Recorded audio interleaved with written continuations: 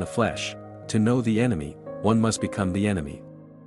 To see through their eyes, to walk in their footsteps, to anticipate their every move, this is the path to true understanding. A warrior who thinks like his foe has already unraveled the threads of their intent. There is no greater power than foresight, no greater weapon than the ability to predict and counter every move before it is made. Those who remain trapped in their own perspectives, blind to the thoughts and motives of their adversaries, are doomed to fall before those who do not. There is no instance of a nation benefiting from prolonged warfare.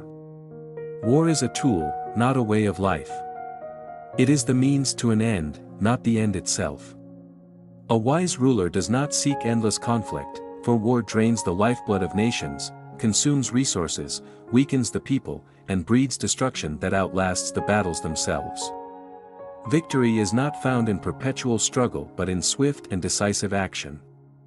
A prolonged war is a failure of strategy, a sign of miscalculation and short-sightedness. The true objective of war is peace, peace on the terms of the victor, peace that solidifies power rather than erodes it. The greatest warriors are not those who revel in combat but those who end it swiftly and on their own terms. The art of war is the art of mastery, of self, of enemy, of the battlefield, and of fate itself. Those who wield this mastery bend destiny to their will, carving their names into the annals of history not as mere warriors, but as legends who understood the essence of victory. They do not fight for the sake of fighting, they fight to win, and in doing so, they transcend the limits of ordinary men. In every battle, in every conflict, in every confrontation, they stand not merely as combatants but as orchestrators of fate, weaving the tapestry of war with the precision of a grandmaster at his board. And when they move as thunderbolts, leaving only victory in their wake. A true leader is not merely someone who gives orders but someone who inspires unwavering loyalty and dedication. If you treat your soldiers as beloved sons, they will follow you into the deepest valleys, ready to face any danger. Loyalty cannot be forced, it must be nurtured through genuine care and deep understanding. When a soldier truly feels valued by their commander, they will give their all, not merely obeying orders, but fighting for their leader with absolute conviction. However, even the finest sword, if plunged into salt water, will eventually rust. Nothing remains invincible forever, no power is eternal unless it is continuously maintained and safeguarded. The strength of an army, an organization, or even an individual does not lie in momentary glory but in the ability to adapt and withstand the erosion of time. A sharp blade may cut through anything, but if neglected, it will dull and lose its edge. People, too, if they cease to train and fortify themselves, will inevitably become weak and vulnerable to defeat. In the art of war, speed is crucial. Move as swiftly as the wind, unpredictable and elusive, never allowing the enemy to foresee your approach. An army that strikes rapidly and retreats in time will always maintain an advantage over its opponents. But speed must not lead to chaos. An effective army must also be as closely formed as a dense forest, where each individual supports the whole, creating an impenetrable force. When attacking, be as fierce as fire, consuming everything in your path, but when the moment calls for it, be as still as the mountain, immovable against all storms. Victory does not belong to the strongest, but to those who know when to move, when to halt, when to strike, and when to defend. Opportunities are not given, they are created and seized. The more you grasp, the more they multiply. Just as there are only 5 musical notes, yet from them arise infinite melodies, so too do a few fundamental strategic elements give rise to countless possibilities. The key is not how many resources you possess, but how effectively you combine them to achieve the greatest outcome. Striking at the enemy's weaknesses is the key to victory. When they are at ease, make them toil, when they are well fed, starve them.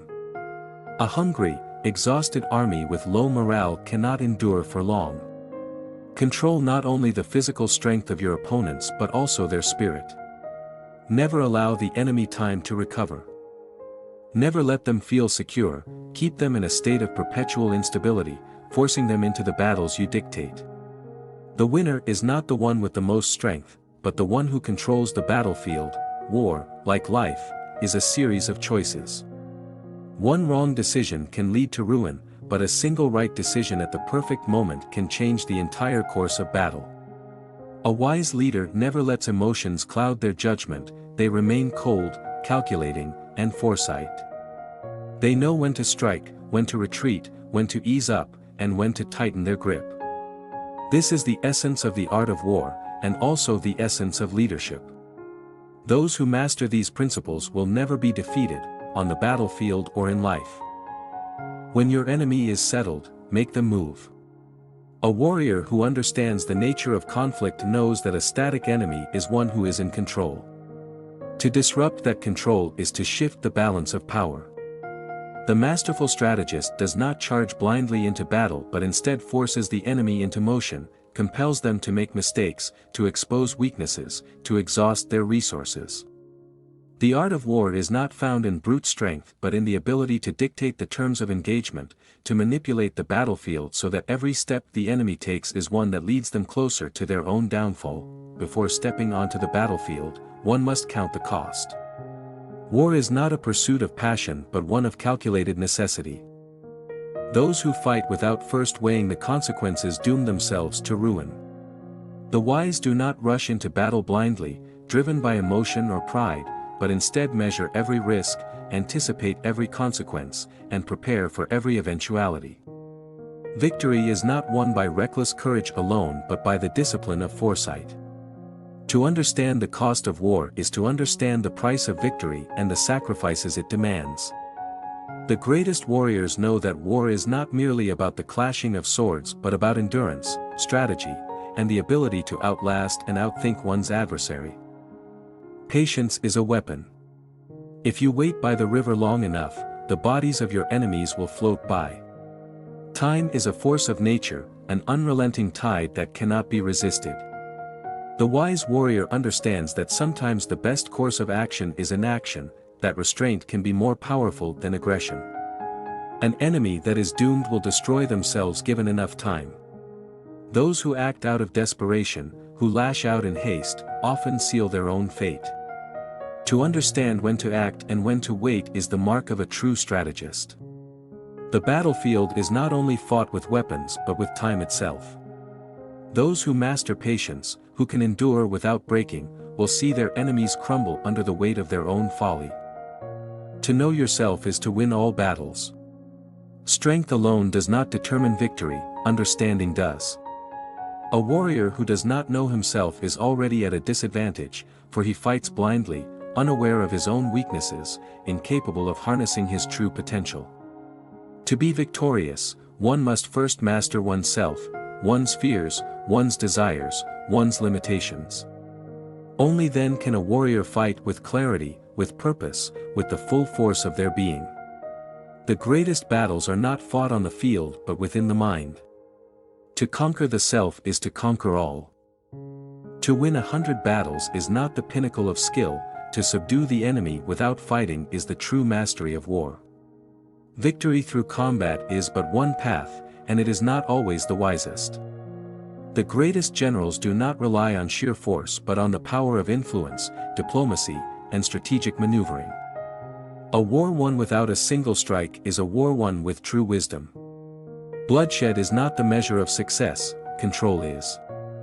A kingdom that can force its enemies into submission without ever unsheathing a sword is a kingdom that truly understands the essence of power. The highest form of strategy is not in the destruction of enemies but in their capitulation, in their recognition of superiority without resistance. This is not merely victory, it is dominance. To defeat an enemy completely is not always the desired outcome. A warrior who understands the nature of conflict knows that forcing an adversary into a corner with no escape only breeds desperation. A cornered enemy fights with the ferocity of one who has nothing to lose. Instead, offer them a golden bridge to retreat across. Let them leave with dignity, with a path that allows them to withdraw without complete ruin. A retreating enemy is one that has accepted defeat, an enemy with no escape will fight to the last breath. True wisdom lies not in total annihilation but in the control of conflict, in knowing when to grant mercy and when to press for surrender. The art of war is not simply about victory, it is about shaping the very nature of battle itself. Be extremely subtle, even to the point of formlessness. Be extremely mysterious, even to the point of soundlessness. A warrior who is unseen cannot be countered, a warrior who is unheard cannot be anticipated. The greatest masters of war move in shadows, leaving no trace of their intent, striking before the enemy even realizes the battle has begun. Those who reveal too much become predictable, and predictability is weakness. The battlefield is not just physical, it is a realm of perception, of illusion. To control what the enemy sees, what they hear, what they believe, is to control the battle before it even begins. Move like the wind, strike like lightning, and vanish before the echo of destruction has faded. Those who cannot be seen cannot be struck, and those who cannot be anticipated cannot be defeated. Thus, the one who masters these principles does not merely participate in battle, he directs it. He is the unseen hand that moves the pieces, the silent force that shapes the outcome. The true strategist is not only a warrior but a conductor, orchestrating the dance of conflict with precision and intent. Every action, every decision, every movement is calculated, designed not just to win but to control, to shape the very reality of war itself. Those who understand this do not fight battles, they decide them. And in deciding, they dictate the course of history itself. The true art of strategy lies in the mastery of deception, in the ability to cloud the enemy's judgment so completely that they are unable to discern our true intentions.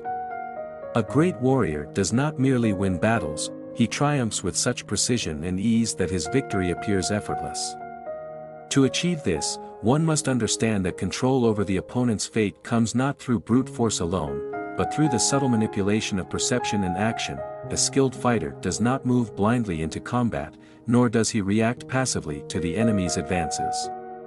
Instead, he provokes responses, stirs emotions, and compels movement, all while remaining unshaken himself.